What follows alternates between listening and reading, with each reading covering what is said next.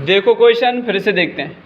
तो मैं 625 को क्या लिख सकता हूँ, 25 का वर्ग, ठीक है, 25 की घात 2। अब किसी भी संख्या की घात कितनी भी घात दी हो सबका मल्टीप्लाई हो जाता है।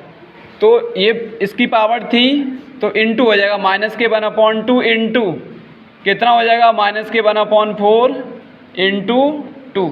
वैसे तो हमें ब्रैकेट के हिसाब से सॉल्व करना चाहिए, ठीक है, लेकिन हम ऐसे भी सॉल्व कर सकते हैं, हमारा आंसर जल्दी आएगा।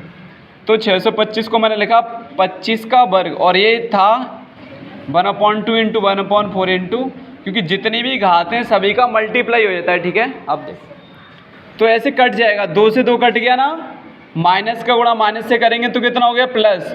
मैं फिर से 25 को क्या लिख सकता हूँ 5 का वर्ग इंटू माइनस का गुणा माइनस से किया तो प्लस हो गया, और ये क्या बचा 1/4 इंटू 2, 2 से काट दो, 2 दूनी 4, 2 से काट दो तो क्या बचा 5 की घात 1, इसका मान क्या हो गया 5, ठीक है ना।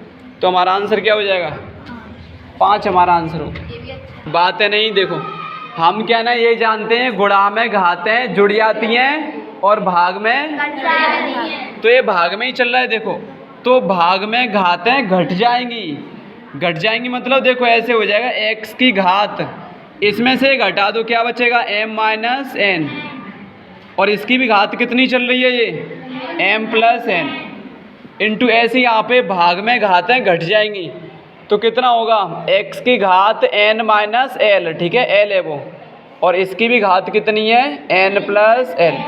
ऐसे यहाँ पे भाग में घातें घट जाएंगी तो कितना हो जाएगा l-m की घात l+m।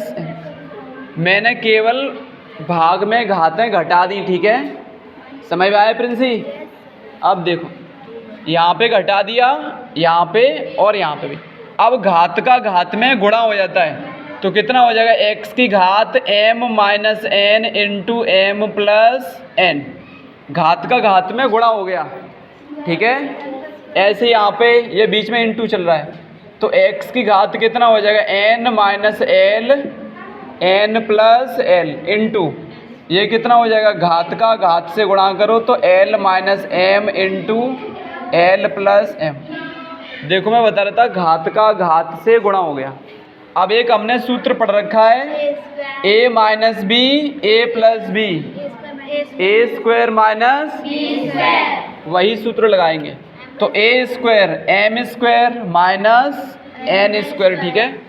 ऐसे यहाँ पे करेंगे इंटू, तो a - b a+b तो क्या सूत्र हो जाएगा a² - b²। ऐसे यहाँ पे l² - n²।